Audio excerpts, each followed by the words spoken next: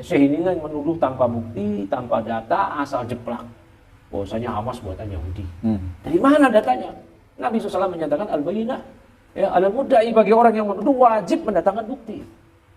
Wajib, nggak bisa dia asal jeplak, asal trotos aja. Sehingga dari mulut Syekh inilah, ini Syekh ini memang udah ditahdir habis-habisan juga oleh para masyayikh yang lain. Dan Syekh ini akan ditanya oleh Allah atas tuduhan ini. Dan gara-gara inilah muncullah orang-orang kayak tadi Ustadz Riyad Bajrai yang akhirnya apa namanya menuduh ya, Hamas buatan Yahudi. Ini nggak logis. Ya Hamas melawan. Syekh Ahmad Yasin pendiri Hamas bahkan dibunuh, dibom setelah sholat subuh pada tahun 2004 Masehi. Ya, dan nggak logis, nggak punya bukti, nggak punya data.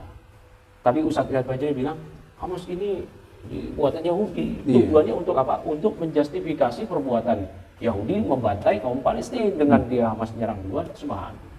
Kalau begini ceritanya, kita akan menuduh pejuang-pejuang kita yang melakukan perlawanan terhadap Belanda, Portugis, Jepang yang mengakibatkan korban lebih banyak dibandingkan dengan tentara Belanda, tentara Jepang, tentara Portugis tadi.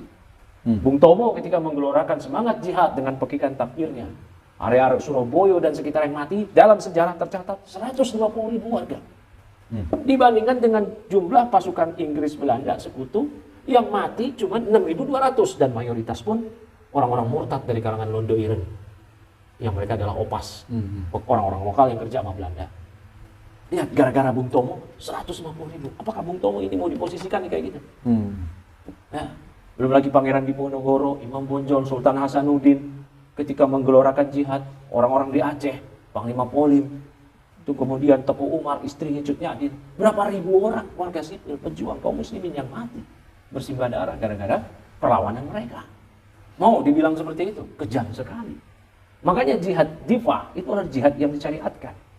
Kata Ibnu Qayyim rahimahullah taala di kitab Al-Furusiyah, beliau mengatakan, ya, daf'ul sa'il 'ala din jihadun wa qurbatun. Jadi ketika melawan para penyerang agama ini, penjajah agama ini, itu adalah jihad dan kurban. Upaya adalah ibadah yang mendekatkan diri kepada Allah. Wa daf'us sa'il 'alal mal wa nafs mubah wa rukhsah. Sementara kalau kita bela diri kita karena mau dirampok, karena mau dibunuh, kita bela diri, itu bukan wajib dalam agama ini. Itu hanya mubah dan rukhsah, kebolehan aja. Ya,